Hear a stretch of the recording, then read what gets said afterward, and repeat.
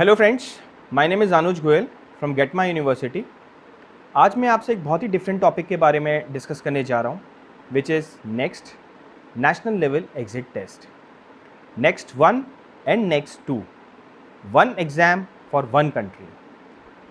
बहुत ही different exam, बहुत विद वेरी डिफरेंट ऑब्जेक्टिव और बहुत ही डिफरेंट असेसमेंट सिस्टम है नेक्स्ट एग्ज़ाम का।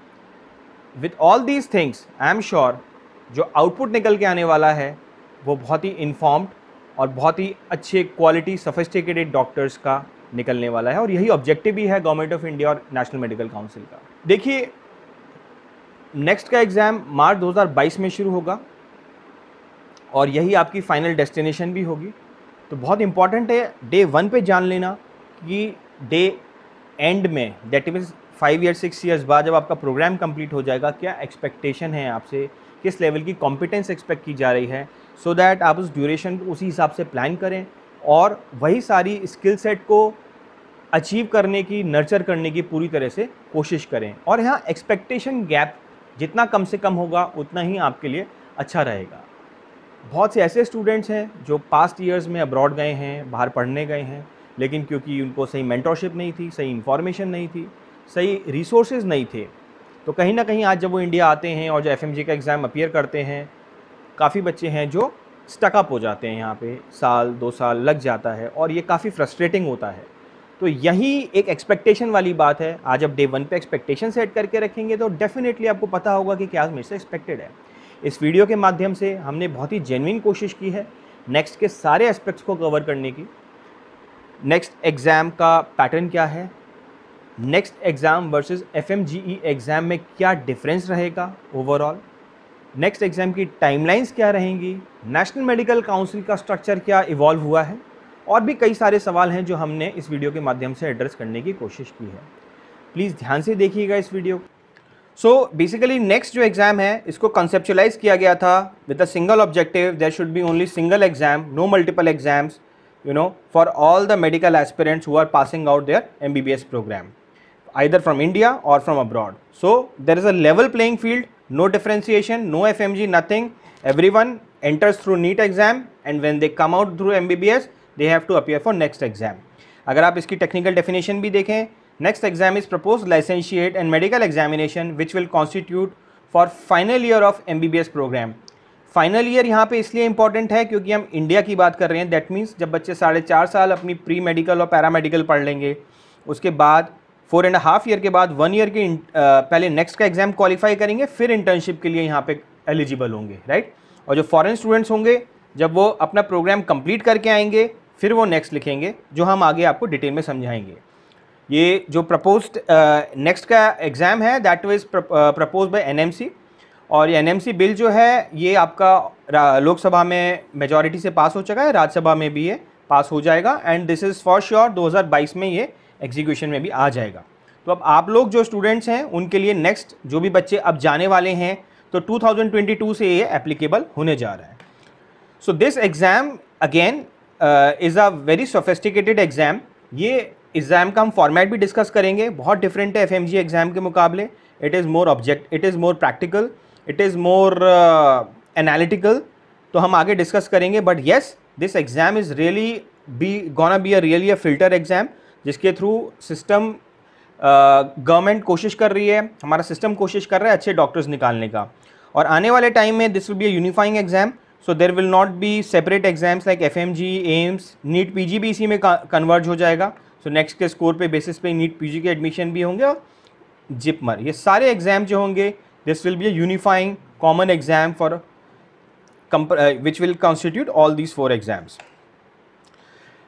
Before we'll move forward, एक बहुत important aspect है जो MCI का structure change हो गया है। आपको पता ही होगा there were lot of complications, red tapeism बहुत था, उसके कारण से गवर्नमेंट ने एक बहुत ही agile system को ट्रांसफॉर्म किया है, जिसके अंडर में national MCI is now no more, it is National Medical Council. NMC का जो मेन फोकस है वो है approving and assessing medical colleges, approval देना, दूसरा कॉमन एग्जाम्स को और एग्जिट एग्जाम्स को कंडक्ट कराना, प्राइवेट कॉलेजेस और डीम्ड यूनिवर्सिटीज़ की 50% फीस को रेगुलेट करना, ये भी बहुत इंपॉर्टेंट होने वाला है। जो मेडिकल असेसमेंट बोर्ड है, ये रैंकिंग देगा, परमिशन देगा कॉलेजेस को, पीजी कोर्सेज की परमिशन देगा, सीट इंक्रीमेंट की परमिशन देगा। Under graduation medical education board education infrastructure environment को विजुअलाइज करेगा, उसको डायनेमिक बनाएगा, मॉडर्नाइज करेगा। Post graduate medical education board global standards को इम्प्लीमेंट करेगा। एथिक्स कमेटी होगी जो ग्रीवेंस रिड्रेसल करेगी, और मेडिकल एडवाइजरी काउंसिल होगी जो ओवरऑल मेडिकल एजुकेशन और ट्रेनिंग पे फोकस करेगी क्वालिटी एजुकेशन के लिए, राइट। आगे आते हैं, ये बहुत इंपॉर्टेंट टाइमलाइंस हैं जिसको हम लोग डिस्कस करते हैं एक बार। 2018 में फरवरी में फर्स्ट एनएमसी बिल इंट्रोड्यूस किया गया था, 2019 में एनएमसी बिल पास हो गया था, और इसको 2022 में इम्प्लीमेंट बेसिकली 2022 में नेक्स्ट का फर्स्ट पेपर कंडक्ट होगा मार्च 2022 में। नेक्स्ट 2 का जो पेपर कंडक्ट होगा, अगेन ये बहुत इंपॉर्टेंट पॉइंट है, नेक्स्ट 1 के बाद नेक्स्ट 2 भी पिक्चर में आ रहा है यहाँ पे, वो मैं आगे आपको बताऊंगा। नेक्स्ट 2 अप्रैल 2023 में कंडक्ट होगा। 2000 जो डेंटल का है, तो नेक्स्ट एग्ज़ाम जो है वो डेंटल स्टडीज़ के लिए भी इम्प्लीमेंट होने जा रहा है, तो ऑलमोस्ट जो मेडिकल एजुकेशन और डेंटल एजुकेशन के लिए कॉमन एग्ज़ाम होगा। So there will not be any cap of number of attempts. ये भी प्रपोज्ड है, ये फाइनल नहीं हुआ, फाइनल ड्राफ्ट में अप्रूव हो जाएगा। So NExT will grant licence to practise. Obviously NExT जो आप क्लियर करेंगे, नेक्स्ट 1 का पेपर क्लियर करेंगे, उसी के स्कोर के बेसिस पे आपको आगे पीजी के लिए भी परमिशन मिलेगी, बट ऑब्वियसली आपको नेक्स्ट 2 का पेपर भी उसके लिए जो प्रैक्टिकल एग्जाम है वो भी क्लियर करना पड़ेगा। बट हाँ, जो मार्क्स यूज़ होंगे वो नेक्स्ट 1 के यूज़ होंगे, राइट। प्रपोज ये भी है कि 2 बार नेक्स्ट अगर कंडक्ट कराया जाता है तो उन दोनों में से जो हाईएस्ट मार्क्स हैं उसको यहाँ पे कंसिडरेशन में लिया जाए। यहाँ पे हम डिस्कस करते हैं नेक्स्ट एग्जाम का पेपर पैटर्न किस तरह से होने वाला है। बहुत ही एग्जॉस्टिव एग्जाम है, ये 3 दिन तक चलने वाला एग्जाम है। 3 दिन का मतलब हर दिन 2 शिफ्ट होंगे, शिफ्ट 1 शिफ्ट 2, तो इस तरह से 6 शिफ्ट हो जाएंगे टोटल, 3 डेज 6 शिफ्ट, टोटल 13.5 घंटे का इन्वेस्टमेंट होगा इसके अंदर, 13.5 hours. Total number of question होंगे 540 क्वेश्चंस, और 50% will be the qualifying percentage marks. अब ज़रा एनालाइज करते हैं हम लोग एग्जैक्टली इसका सब्जेक्ट वाइज डिस्ट्रीब्यूशन क्या रहेगा और किस तरह से इसका स्कोर डिस्ट्रीब्यूशन रहेगा। नेक्स्ट एग्जाम जो है बहुत डिफरेंट है एफएमजी, नेक्स्ट स्लाइड में मैं कवर करने जा रहा हूँ। क्वेश्चन की लेंथ लंबी होगी, राइट। यहाँ पे जो मेन अंडरस्टैंडिंग ली जाएगी वो पैथोसाइकोलॉजी से रिलेटेड क्वेश्चंस होंगे। सो डिजीजेस जो बेसिक ऑब्जेक्टिव होगा यहाँ पे प्रॉब्लम सॉल्विंग होगा, राइट। तो यहाँ पे डायरेक्ट क्वेश्चंस नहीं होंगे, जैसे एफएमजी में आपको डायरेक्ट क्वेश्चंस दिए जाते थे, क्वेश्चन है आप उसको डायरेक्ट रिकॉल आंसर, जिसे रिकॉल बोलते हैं, राइट। जो मेजॉरिटी रिकॉल एफएमजी में होते थे, यहाँ पे सिर्फ 10% रिकॉल क्वेश्चंस होंगे, बाकी 90% जो होंगे वो आपके एनालिटिकल क्वेश्चंस होंगे, प्रॉब्लम सॉल्विंग होंगे, जहां आपको केस स्टडी दी जाएगी, केस स्टडी दिया जाएगा और उसमें आपको आइडेंटिफाई भी करनी पड़ेगी प्रॉब्लम, डिजीज़, और उसका सोल्यूशन भी देना पड़ेगा। ये जब भी पॉसिबल होगा जब आपने रियली अपनी क्लिनिकल पार्ट पे स्टडी किया है और आपका यहाँ पे आप उसको अच्छे से इंप्लीमेंट करके उसका सोल्यूशन निकाल सकते हैं। कॉम्प्रिहेंशन पे भी बहुत ज़्यादा ध्यान दिया जा रहा है। सो ये आपका डे वाइज स्लॉट रहेगा। डे 1 में आपका मेडिसिन और स्लॉट 2 में पीडिया, डे 2 स्लॉट 1 सर्जरी, और स्लॉट 2 में आपका पार्ट 2 में ईएनटी रहेगा, और डे 3 में आपका जो स्लॉट 1 रहेगा वो गायनी रहेगा, और सेकंड पार्ट में रहेगा ऑप्थल। सो इस तरह से देखा जाए तो 120, 120, 120, 360 और 120, टोटल 540 नंबर्स का ये पेपर आपका होने वाला है। ये एक बहुत ही इंपॉर्टेंट स्लाइड है जो आपको बताएगी कि एफएमजीई जो करंट में बच्चे दे रहे हैं, लेकिन आप लोग जो देंगे 2020 के बाद से, जो भी 2022 में, क्योंकि आपके बाद ऑब्वियसली उसके बाद ही निकलेंगे। ड्यूरेशन जो है एफएमजी का 2.5 घंटे का ड्यूरेशन है, नेक्स्ट का ड्यूरेशन 13.5 घंटे का है, 2 शिफ्ट में होता है एफएमजी। नेक्स्ट का पेपर आपका 3 दिन 6 शिफ्ट में कंडक्ट कराया जाएगा। एफएमजी में 300 क्वेश्चंस का सेट रहता है, यहाँ 540 क्वेश्चन रहेंगे आपके लिए। पासिंग परसेंटेज 50% दोनों के लिए चाहिए। रिकॉल क्वेश्चन जो मैं अभी आपको पिछली स्लाइड में बता रहा था, मेजॉरिटी रिकॉल क्वेश्चंस होते थे एफएमजी में, मतलब पेपर डायरेक्ट होता था आपका। यहाँ पे इनडायरेक्ट क्वेश्चंस होंगे, एप्लीकेशन बेस्ड क्वेश्चंस होंगे, ये बहुत ही आपको ध्यान रखने की ज़रूरत है। डिफ़िकल्टी की मैं कंपैरिजन करूँ, रादर डिफ़िकल्टी नहीं बोलूँगा, बट इम्प्लीमेंटेशन की बात करूँ तो यहाँ मॉडरेट इम्प्लीमेंटेशन है। अगर आपने नॉर्मल क्वेश्चंस को भी समझा है तो आप दे सकते हैं, बट यहाँ पे आपको ओवरऑल एप्लीकेशन बेस्ड और प्रैक्टिकल एस्पेक्ट्स होना ज़रूरी है। तो मैं कहूँगा कहीं ना कहीं एक डिफ़िकल्टी लेवल भी हाई हो रहा है। अगर ये 7 है ऑन अ स्केल ऑफ 10 तो मैं इसको 9 ज़रूर इवेल्युएट कर सकता हूँ। इस मैट्रिक्स के थ्रू हमने कंपेयर किया है MBBS in India versus MBBS in abroad, timelines किस तरह से स्ट्रक्चर्ड रहेंगी, right. So MBBS in India में जहां हम प्री और पैरा क्लिनिकल वाला जो पार्ट था 4.5 साल में कवर करते थे, अब्रॉड में जनरली जो ड्यूरेशन होती है वो 4.5 से 5 साल की ड्यूरेशन रहती है यहाँ पे, प्लस उसके बाद 1 साल की आपको इंटर्नशिप भी करनी होती है जो आपका पूरा प्रोग्राम अब्रॉड का कंप्लीट करती है, जिसका ड्यूरेशन 5.5 से 6 साल का रहता है, जिसे क्लिनिकल रोटेशन और इंटर्नशिप रहती है। उसके बाद जब बच्चे इंडिया में जो बच्चे 4.5 साल की पढ़ाई कर लेंगे तो उन्हें नेक्स्ट 1 का पेपर देना पड़ेगा इंटर्नशिप के लिए, अगर वो क्वालिफाई करते हैं तो। और जो अब्रॉड से बच्चे आएंगे वो पूरा अपना इंटर्नशिप एक बार करके आएंगे और फिर यहाँ पे इंडिया में इंटर्नशिप करनी कंपलसरी है, उसके लिए नेक्स्ट 1 का पेपर उनको देना पड़ेगा। नेक्स्ट 1 का पेपर करने के बाद 1 साल, ऑब्वियसली 1 साल की ड्यूरेशन रहेगी, वो अपना इंटर्नशिप कंप्लीट करेंगे। उसके बाद नेक्स्ट 2 एक अलग बेसिकली एक प्रैक्टिकल पेपर रहेगा। ये आपका कंप्यूटर बेस्ड पेपर था, बट ये आपका एक वाइवा टाइप का पेपर रहेगा जिसमें आपकी इंटर्नशिप से रिलेटेड एप्लीकेशन समझी जाएंगी। और फिर नेक्स्ट 2 आपको देना पड़ेगा। अगर आप नेक्स्ट 2 क्वालिफाई करते हैं तभी आप आगे पीजी के लिए और लाइसेंसिएशन के लिए जा सकते हैं। तो ओवरऑल ड्यूरेशन की बात करें, एक बेस्ट केस सिनेरियो अज्यूम करके चल रहे हैं कि आप ऑब्वियसली कहीं पे नेक्स्ट 1 आपका रिपीट नहीं हो रहा, आप सब कुछ क्लियर करते जा रहे हैं, तो इंडिया में 5.5 साल और अब्रॉड में आपका 7 साल का ड्यूरेशन जा रहा है आपका। ऑब्वियसली कुछ कंट्रीज़ हैं जहाँ ड्यूरेशन कम रहती है, जैसे नेपाल है 4.5 साल है, बांग्लादेश चाइना 5 ईयर्स है, तो यहाँ पे थोड़ा वेरिएशन आ सकता है कंट्री टू कंट्री।